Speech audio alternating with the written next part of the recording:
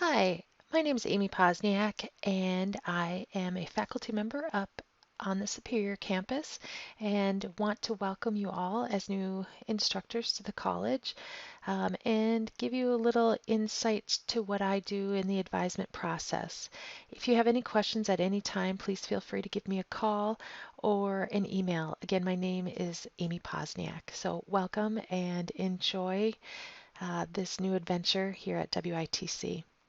So with advisement, it is a college policy and procedure and event that happens throughout the campuses, but it is very unique at each campus and is very unique how every instructor goes about it. So you may get a few tips and tricks that you may want to use, or you may want to design your own process as well. Um, I've been with the college now for 15 years, and my program area is the Administrative Professional Program, and I advise business graphic students as well. But I also teach in the General Studies area, so I get to work with a wide range of programs. And so it's pretty interesting to learn about them. And I just remember as a new faculty trying to remember where all of the items might be that I may need to look at when I have a question about advisement. So we've done a really good job here at the college of streamlining processes. And up on the top here, I'm sure through all your orientation that you've been in my campus and logging on and all of those things. When it comes to advisement, my approach is to just be in constant contact with your advisees and to check in on them with the early alerts and those different types of things. They like to see a face, and with the Administrative Professional Program, we do a lot online. We do a lot with your choice, and so having someone physically in the classroom isn't always an option, but I will call them, I will text them, I will blue jeans with them. Again, it's your comfort level. I just know that their time is so limited that I try to respect that and do these various things. So, at any rate, I've logged into many systems and just will kind of walk you through what I do. And I'll send some of these resources as well. And again, if you have any questions, don't hesitate to contact me. So in my email here, and I know it looks like a hot mess, but um, I have an advising folder, and under that advising folder, I have each semester. So I can go back and look at some of those emails.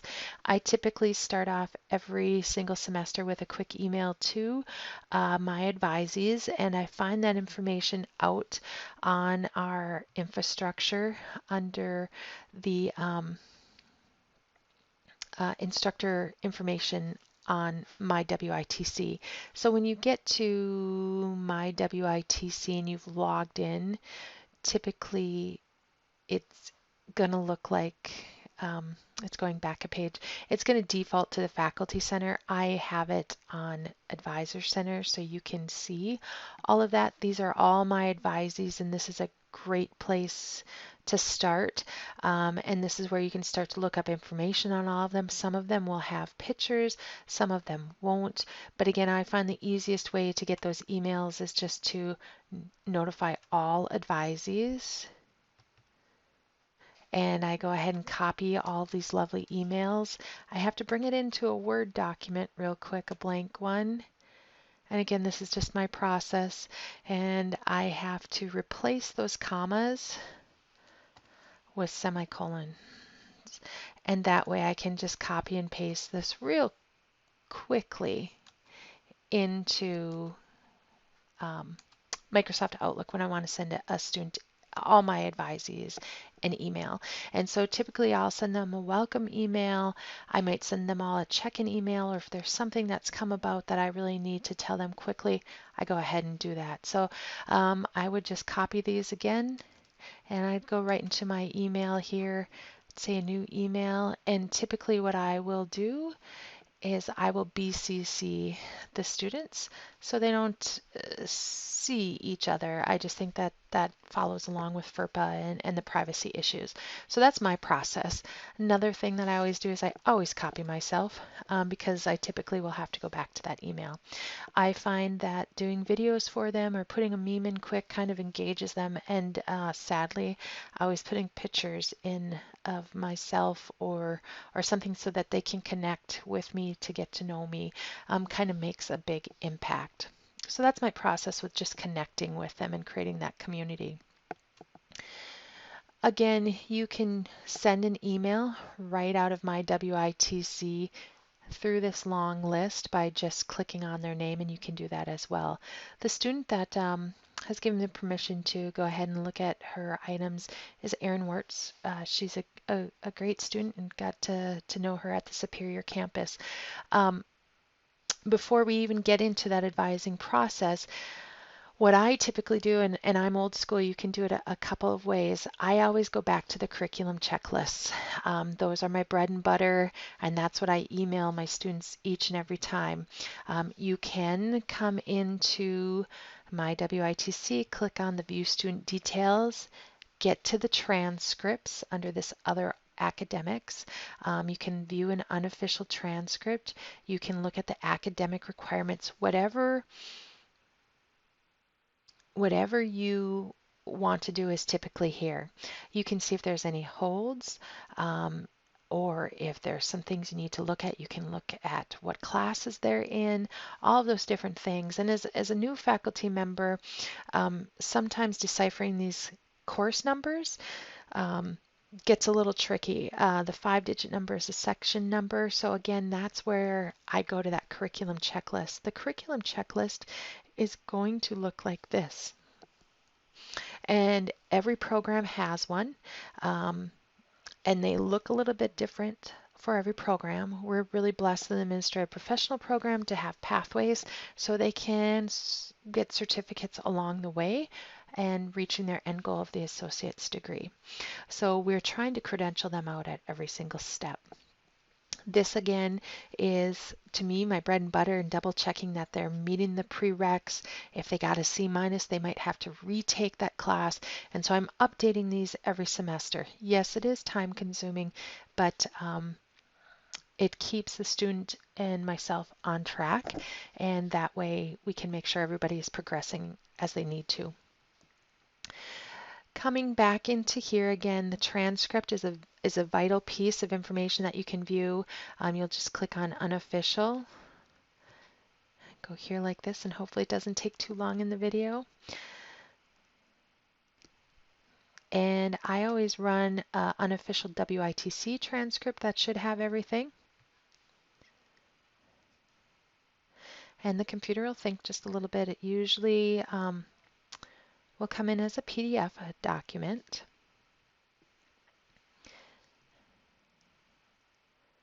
And from here, I'll take a peek at Erin's transcript and see what classes she's set up for fall, what went really well, what maybe didn't go so well for spring, and update that curriculum checklist.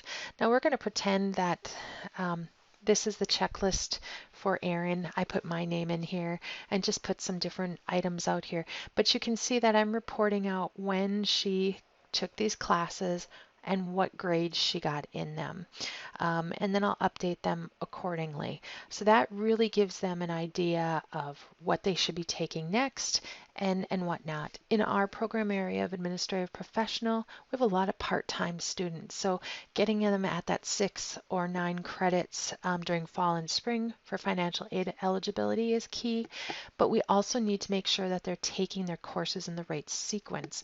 So just because they want to take information management fall semester, we may not even offer that course because it's a second term. That would be a spring semester, typically offered class. So those are the little things that you can look at. I like giving the curriculum checklist because it shows the prereqs.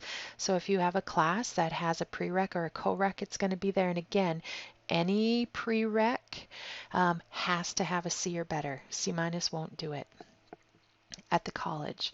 And again, just making those advisees aware of our very elevated grading scale here at the college. A 70% is a D minus. That's pretty shocking to them. All right, so that's how you take a peek at the transcript and those various things. Now that curriculum checklist that I alluded to before that I updated is found on the connection. Some people love the connection, some people don't love the connection. For the most part, it is pretty amazing because you can find the documents that you need. Now, I have a hard time finding them sometimes, but I do know that almost everything is housed under academic affairs when it comes to advising. And what I typically do is go find my program page, Administrative Professionals under. Okay, so sorry about that. Back in Academic Affairs Business, and here I can go to my program Administrative Professional. And under here, I can find a lot of great things. And so when it comes to advising, what I love is that I can get right to the curriculum checklists. I can get to the scheduling extracts, so I can find those section numbers. And this is kind of where I live during academic advising. Academic advising typically takes place that ninth week. Try to update my grades are always updated via Blackboard, and so I just put a general announcement out in my Blackboard for them and just tell them to review it and get in contact with their advisor and those different types of things, but I don't send any formal reports. Now again, as an instructor, I think it's vitally important out in Blackboard you're putting a face with your name, and so that's under the instructor area. In my announcements area, run a lot of announcements to them, trying to just again engage those students. Again, that it's different from your advisees, but making that connection through the announcements is key in my humble opinion. So those checklists, that's where you would go to find them on the connection. Go to your program. Again, I'm pretty lucky because Administrative Professionals up at the top. We're referred to as AP, and away you go. And again, save that Excel file, and that's what you can update if you're going to send one of these to every student, or you can just use them for your own personal use. Once I've updated those files, then I'll send my students an email, and I'll show you that in just a brief moment. But coming back to the Advisor Center, they've made great strides here at the college with the advising piece to it. And I know a lot of faculty members run this way with it as well. They'll come in here because students can see their academic requirements and advise this way as well. Might just take a few seconds. And so you can come here. I typically expand all. I do like that you can view the report as a PDF and send that right to the student. But you'll see here how they're doing. Green check marks is great. The grades will look good when they're taking those classes. That's what that little diamond means. So you can advise from this piece as well. If you click on these links like Administrative Information Management, excuse me, it'll tell you how many credits. So a 2-credit class, the description of the course, a lot of great information is here. All right, coming back into my email real quickly, I'm going to come back to spring, and I'm just going to scroll down a little bit. So again, here's one of my students. I'm just going to open this up.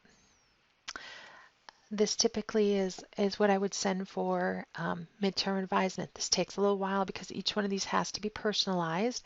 The content of the email isn't so personalized, but tell them if they want me to be a reference, they've got to fill out this survey that I've created on SurveyMonkey. If they want to apply for scholarships, which typically go unused, there'll be information in there. And that's where we're putting this information. Here you'll see attached some of the scheduling extracts that they'll specifically need so they can apply, but again, you will typically, for me anyway, I'm just showing her checklist and where she's at. So that's how I advise. And again, tell them that I would like to meet with them, and I have them contact me with what works for them. It just didn't really work for me to set specific times other than my office hours, and I just kind of revolve around their schedules, whether it's a call, a text, an email. I'll advise however they can meet. And again, this kind of conversation and communication just really allows for them to take ownership of it, and for us to create that sense of community and communication that I think is vital to the advisement piece. So I hope this is helpful. And again, I'll just share what I have. If you have any questions, feel free to contact me or Karen and welcome. Enjoy. Take care.